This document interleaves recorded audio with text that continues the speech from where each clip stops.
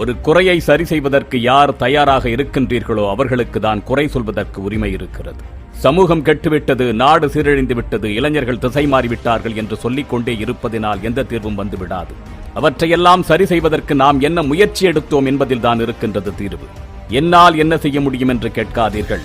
உங்களால் என்ன செய்ய முடியுமோ அவற்றையெல்லாம் செய்ய தொடங்குங்கள். ஒரு மாற்றத்திற்காக 1000 நபர்கள் ஒன்றாக இணைந்து ஒன்றாக செயல்புரிவது என்பது கடினம்தான். ஆனால் தங்களால் என்னவெல்லாம் முடியுமோ அவற்றையெல்லாம் அந்த 1000 நபர்களும் அந்த ஒற்றை சிந்தனைக்காக செய்ய தொடங்கினால் மாற்றம் என்பது உறுதியாக நிகழும். அந்த 1000 10,000 ஆகும் பொழுது, லட்சமாக மாறும் பொழுது மாற்றம் என்பது உறுதி செய்யப்படும். நெறியோடு வாழ வேண்டும் என்ற எண்ணம் கொண்ட ஒரு தனி மனிதனின் சிந்தனையிலிருந்துதான் சமூக மாற்றம் தொடங்குகின்றது. உங்கள் ஒவ்வொருவருடைய சிந்தனையிலும் அந்த எண்ணம் உதிக்கும் பொழுதுதான் மாற்றம் என்பது புலரத் தொடங்கும். என்னால் என்ன செய்துவிட முடியும் என்ற கேள்விகளை தூக்கி எறிந்துவிட்டு, என்னால் என்றதை இந்த சமூக நலனிற்காக, இந்த மண்ணிற்காக, எதிர்கால தலைமுறையினருக்காக நான் செய்வேன் என்று இந்த நிமிடம் சூளுரைத்துக் கொள்ளுங்கள். அறத்தமிழன் இருக்கிறது உங்களோடு. ஒரு நாளில் 15 நிமிடம் 20 நிமிடம் இந்த சமூக நலனிற்காக நீங்கள் ஒதுக்க முடியுமா? ஒரு வாரத்தில் ஒரு அரை நாளை உங்களால் ஒதுக்க முடியுமா? எண்ணங்களும் சிந்தனைகளும் செயல்பாடுகளும் ஒரே நேர்கோட்டில் ஒன்றிணையும் பொழுதுதான் மாற்றமும் மறுமலர்ச்சியும் தோன்றும்.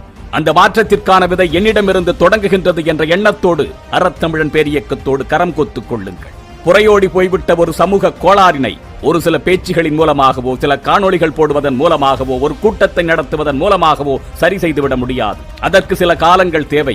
அந்த காலம் வரும் வரை பொறுத்திருக்க வேண்டும். அந்த காலம் வரும் வரை களமாட வேண்டும். ஒதுங்கி மட்டும் நின்று விடாதீர்கள். இதுவரை ஒதுங்கி ஒதுங்கி நின்றவர்களால் தான் இந்த சமூகம் இந்த அளவு சீரழிந்து கிடக்கிறது. மேலும் மேலும் அந்த சீரழிவிற்கு நீங்களும் காரணமாகி விடாதீர்கள். உங்களால் என்ன பங்களிப்பு தர முடியுமோ அதை தருவதற்கு முதலில் தயாராகுங்கள்.